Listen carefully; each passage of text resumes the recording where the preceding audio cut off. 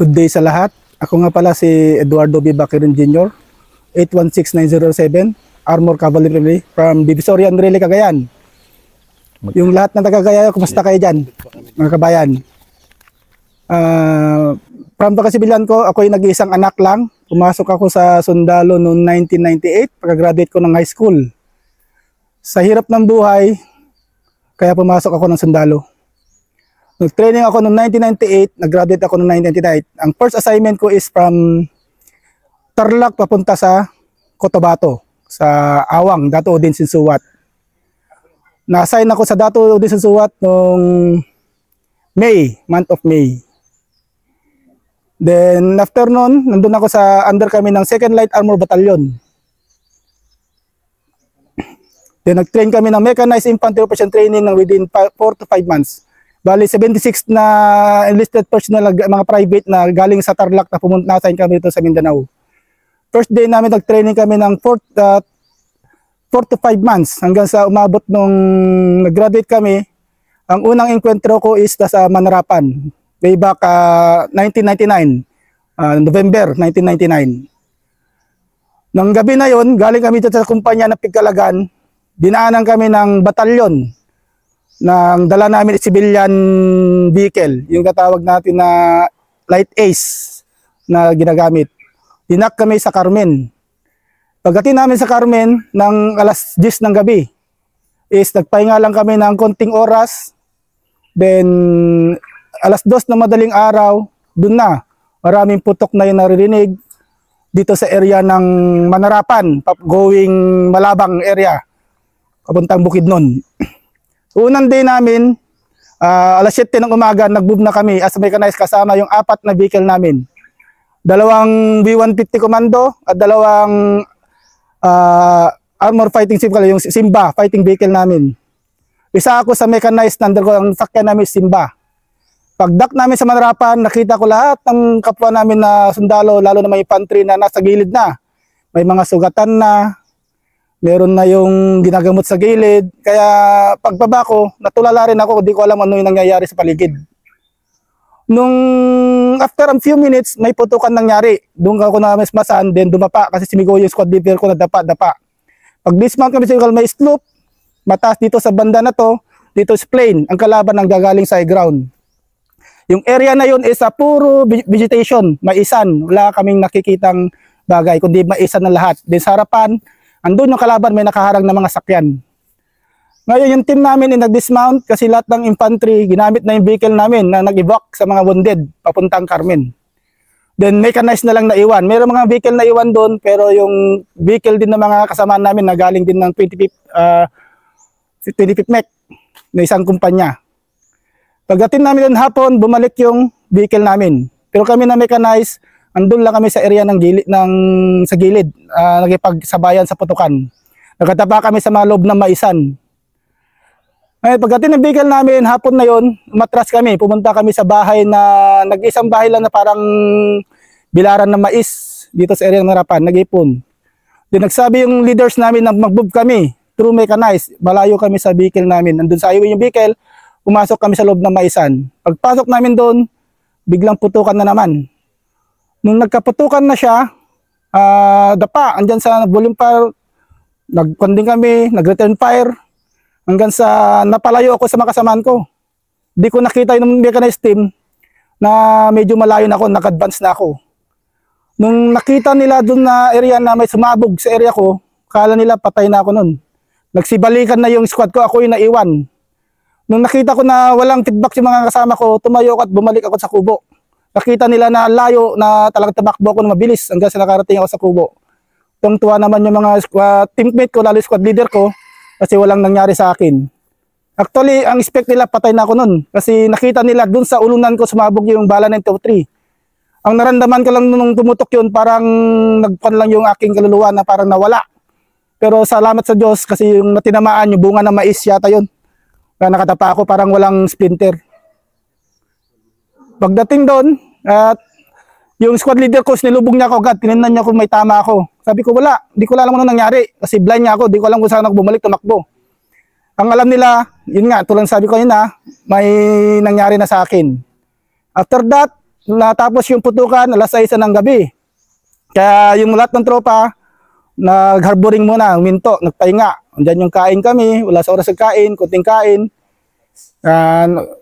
Di na makausap ibang tropa, seryoso na kasi grabe na yung nakikita sa mga tropa na iba na wounded.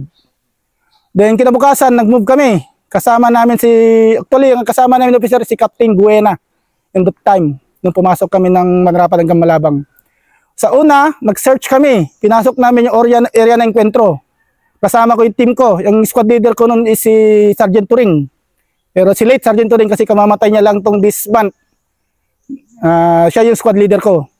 Kami inutusan na mag-clear sa area. Kasama yung team ni Sergeant Dalisay. Nung pumasok kami sa loob, may mga nakita kaming nakadapa. Kala namin buhay pa na kalaban. Pagtingin namin patay na. Puro one body count yung nakita namin sa area. Binitbit namin papunta doon sa labasan. Then after that, nakuha namin bangkay, kinuha ng ibang tropa. Then nag-move kami, diretso naman kami sa area ng Malabang. Kasi yung kabats namin na isa si Sergeant Salvador o si PFC Salvador is na wounded. Then na-pen down yung vehicle nila. Na-flat na lahat, binamakuan, kaya yung team namin nag-reinforce. Ang dala namin is 4 na vehicle. Pagdating namin sa area na yon, di namin na-expect na killing zone. Pagpasok namin doon, wala nag-guide sa amin, diretso lang kami. Volume of fire na naman yung putukan. Every pagbaba ng tropa is may nakikita kang bala saan tumatama sa gilid. Nung pagbukas namin sa pintuan namin sa simba para mag-dismount, meron pala mga tropa na recon nasa gilid namin. Biglang, ang nakakatuwa nga doon ang in-expect ko na 10 lang dapat yung magkasya sa vehicle, mabot ng 20. Para kami sardinas sa loob ng vehicle. Kasi yung recon, kasama CO nila, biglang nagsitalunan doon sa loob ng vehicle. Kaya hindi kami nakadismount na mechanized. Hapon na kasi roon, kaya nag-withdraw na naman kami on the time. Umalis lang kami sa killing zone. Then, after umaga na naman, yun na. Mechanized movement na naman kami habang nag-move yung vehicle namin. Going to quarry area, alam ko yun, expect ko sa may quarry, papuntang Malabang. Pagdating namin sa quarry, nagsabi si Sir Guena noon na akyatin yung high ground, i-clear namin yung high ground. Habang kinakuan kami ng vehicle. Pag-akyat namin, hindi namin expect na sobrang taas pala yun. Buti na lang, pagdating namin sa tuktok, buti walang kalaban.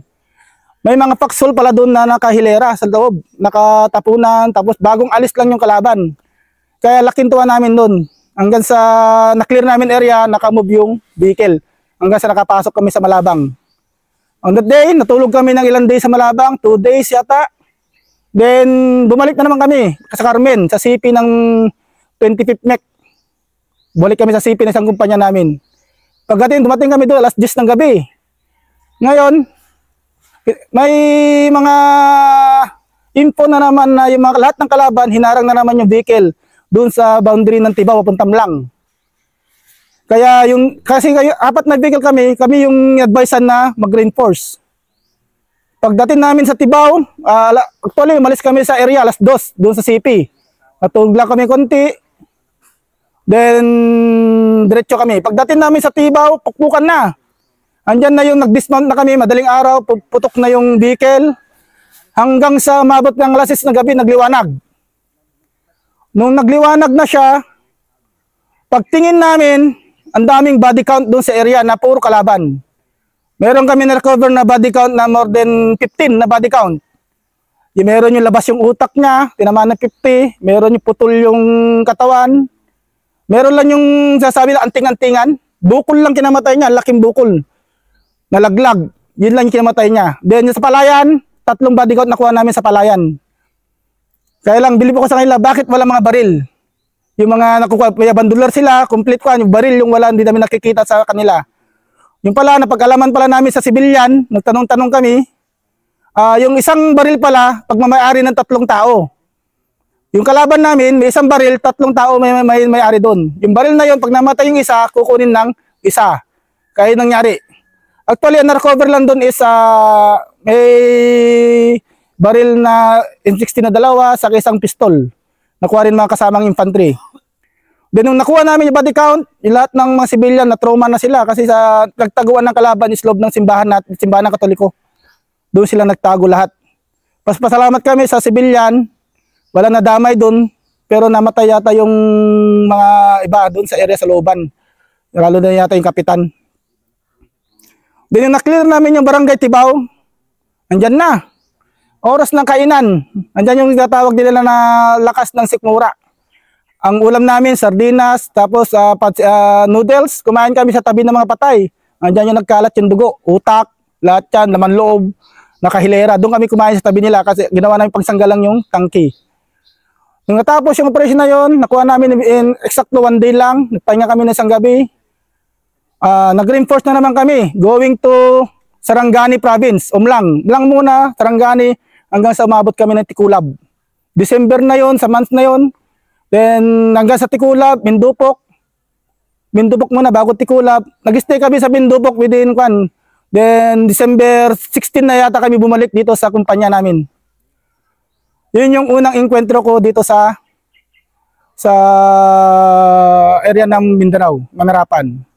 Then my second encounter is ang pagkakalam mo doon, April 2000. Yun na yung clearing Narciso Highway. Sa clearing Narciso Highway, diyan ako biglang nawala sa sarili ko, natulala ako kasi sobrang daming namatay na tropa. First day pa lang, kasi yung unang senaryo doon nangyari, may objective yung Marines, sa dapat makuha nila yon bago papasok yung mga army. Sa day 1 na yon, hindi mapasok-pasok ng tropa na Marines yung tropa namin na Marines yung area. Kasi sobrang lalim yung terrain. Para maintindihan yung terrain sa Matanog, yung dating detachment namin, yung detachment ng poblasyon Matanog sa Katiba, slope lang pagitan namin. Nung wala pang gera, nung nasa namin doon, yung slope na yon, pagdating mo sa harap is 50 meters, andun na yung kalaban. Pwede ka, habang nagkakape sila, nagkakape ka, nakikita mo, nagkakamayan. Then yung lahat ng kalaban na yon, pag natapos na, kalaro pa namin ng basketball yun noon, yung mga kalaban sa Matanog. Kasama ko sa Sir Limit yung panahon na yun, doon kami na-assign. Then after that, yung day 1, ay naghihintay kami doon. Nagulat ako sa day 1 namin. Umuulan ng RPG saka mortar doon sa area namin, sa poblasyon Matanog, doon sa loob ng eskwelahan. Ang alam ko, unang nadisgrasya ng tropa doon, kasi nalubos ang bala na wounded, ay tropa ng Ranger. Ito yung sniper, si Sergeant Pulmano, at saka si PFC General. Si PFC General, bali tinamaan yung hita niya, putol yung hita niya. Namatay siya going sa hospital, naubusan ng dugo. Si Sergeant Pulmano naman, na-splinter lang, yung mga tinamaan yung buong katawan niya kasama ulo niya. Then yung arming commander sa vehicle, si Technical Sergeant, wounded din, tinamaan ng shrapnel. That time sa araw na yon, marami nang nangyari. Ang dami na wounded, dami na kuhan. Then day 2, ganun na naman, hindi kami makamove. Kasi hindi pa nga nakukuha ng tropa ng Marines yung area na objective nila kasi sobrang hirap na lang kunin. Kaya in-expect namin day 1 makukuha na nila. Pero maabot na hanggang day 5, di pa nakukuha. Kaya doon na nag-hesitate si ng 6ID noon na mag-move na yung army kasama namin Ranger. On that time, nag-umpisa na. Dahil armor kami, dito kami sa highway dumaan, kasama ng mechanized. Then yung mga Ranger sa 25 nag-maneuver sila sa bandang kanan area ng tropa. Dito naman sa kaliwa kasi is puro Marines sinandyan. Yung day 5, alam ko day 5 yun nangyari, nasok namin. Hindi kami makapasok dahil sa sobrang volume of fire, sinasabayan pa ng OB-10 sa taas, nagdadive. Hindi magiba-giba talaga yung kwan ng kalaban, yung kampo nila. Sa lalim ng terrain ng kanila, yung running trenches nila, din yung barricade nila, napakakapal, hirap gibain. Ilang bagsak ng OB-10 na yun. Kami naman na armor, mechanized is, nag-move kami sa highway. Hindi kami makapasok kasi yung dami nagtumbahan na nyog sa daan. Talagang binalandra ng kalaban. Dahil sa hindi kami makapasok, hindi ko makalimutan to. Lakas loob ng aming kasama. Si Sergeant Gante. O dati, PFC Gante. Siya yung nag-chenso sa daan kahit volume 5. Sinenso niya lahat yung nyog para makadaan lang kami. Kaya lang sobrang kwan ni Sir Takiban noon, pinatigil niya kasi baka madisgrasya. Umabot kami ng hapon.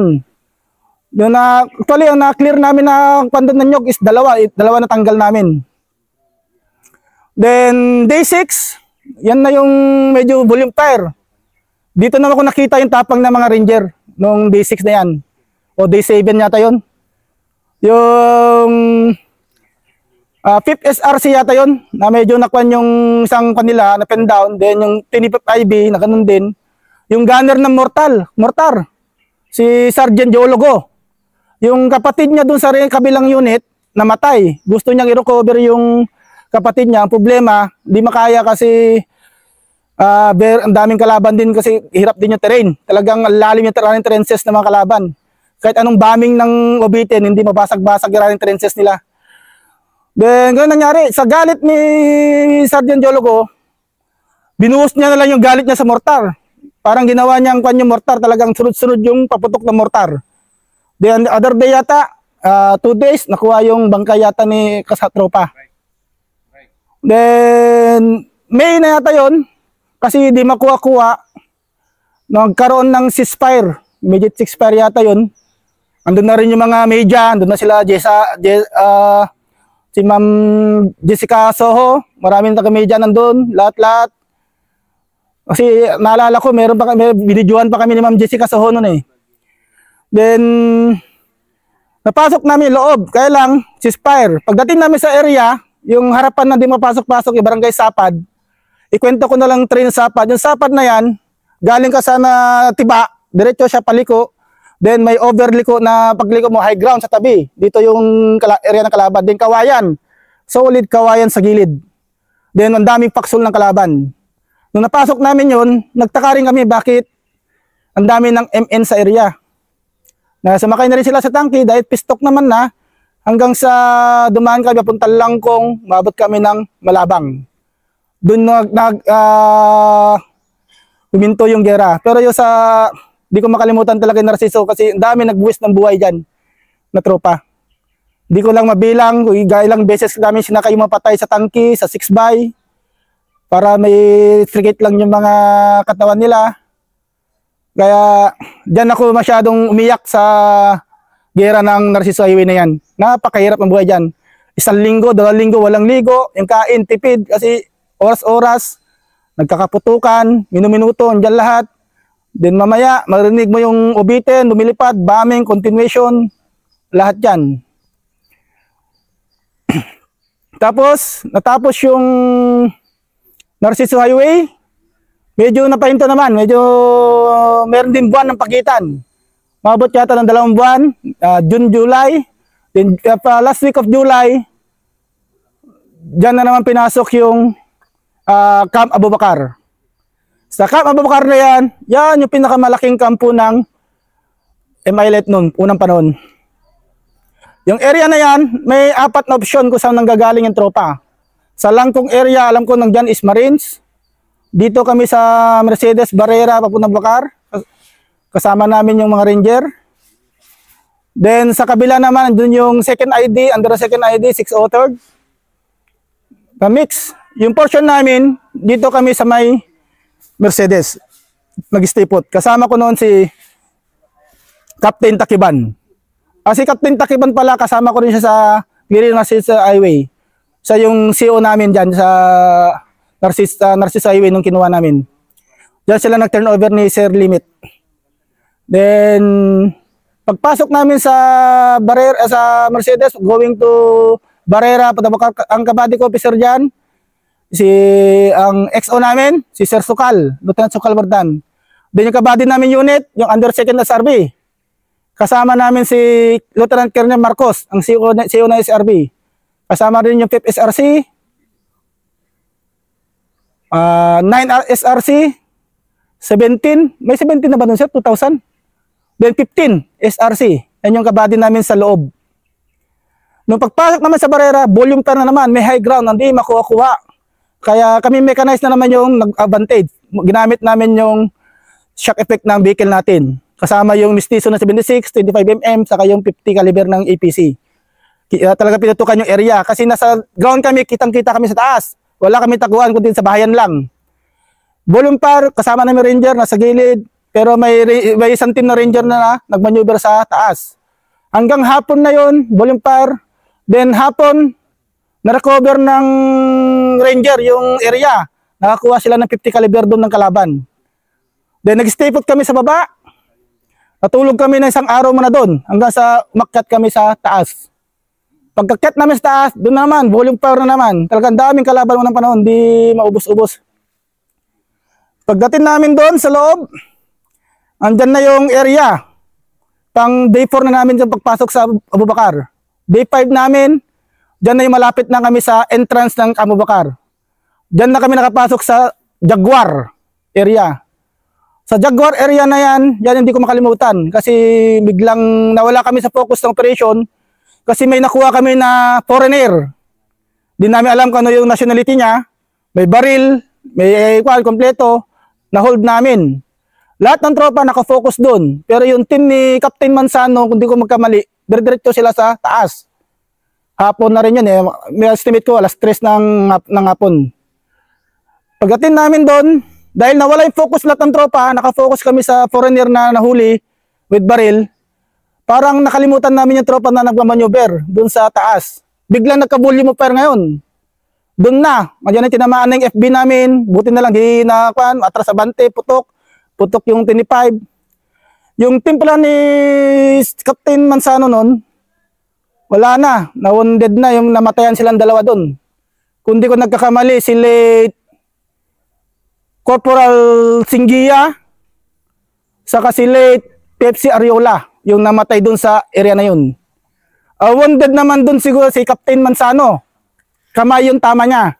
Kami nag-first aid doon, kasama niya si, kung di ko magkakamali, si Corporal Antarap. Si Pepsi Antarap pala, kabats namin yan, kalos kabats namin sa Ranger. Si Pepsi Antarap, yan yung unang first aid namin, kasama ko si Sergeant Gante. Nung nakuha namin yung bangkay, yung wounded na yon, ilabas sana namin pero gabi na. Ang problema namin, yung vehicle namin may tama yung mga ilaw. Walang ilaw, wala kami magamit na ilaw.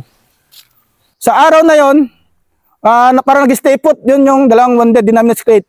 Then kinabukasan, kinuha sila ng helicopter, through chopper, then inebak sa 6ID. Nung araw din yon, diretso kami hanggang sa nakuha namin yung Camp Abubakar. Sa Camp Abubakar, yung loob pala yan yung pinakamalaking kampo ng kalaban. May academy sila, kompletong facility, kaganda ng building, may mga warehouse, daming kanila doon. May eskwelahan, kompleto. Pagtingin namin doon, kala namin bayan yung area na yon, napakaluwag na area. Then yung pagpasok namin sa loob, after a days, o 2 days, 3 days, saka pumasok naman yung tropa ng Marines. Na-clear na rin nila yung area ng Langkong. Pagdating sa loob, dumating na rin si Presidente. Yung Presidente pa nun, si Erap. Ang Presidente pa nun. Si Joseph Estrada, ang Presidente pa natin nun. Pagdating sa loob, delogo na naman. Hanggang sa naiwan na kami doon, kasama yung 603rd Brigade. Doon na nagkampo yung 603rd Brigade. Then doon na rin yung kumpanya namin kasi under na 603 yung kumpanya namin. Then sa area pala ng Abubakar na yun, andun yung pinakamalaking bahay ng Commander si Yasim Salamat. Yung pinasok namin, kala mo bundok lang siya, pero laking bahay pala sa loob. Natabunan lang ng lupa. Kagandang bahay, ang daming kwarto. May mga fish pan, lahat, ang dami siyang kandun. Nasa taas siya, yung bahay niya. Then after that, nagpapasalamat din ako dun sa mga naranasan ko nun kasi nagamit ko rin sa armor school yun. Kasi lahat ng natutunan ko dun sa gera na naranasan ko is nung na-assign ako sa armor school, nagamit ko rin. Lalo-lalo yung mechanized infantry operation training. Kasi isa rin ako nag-instruction ng mechanized infantry operation sa school noong 2006 kasi ako na-assign na armor school. Then, pagdating ko sa school, nag-training din ako ng mga CS, Cadet Soldiers. Isa rin yung lahat ng mga karanasan ko, kinento ko sa kanila para alam nila yung buhay ng Mindanao.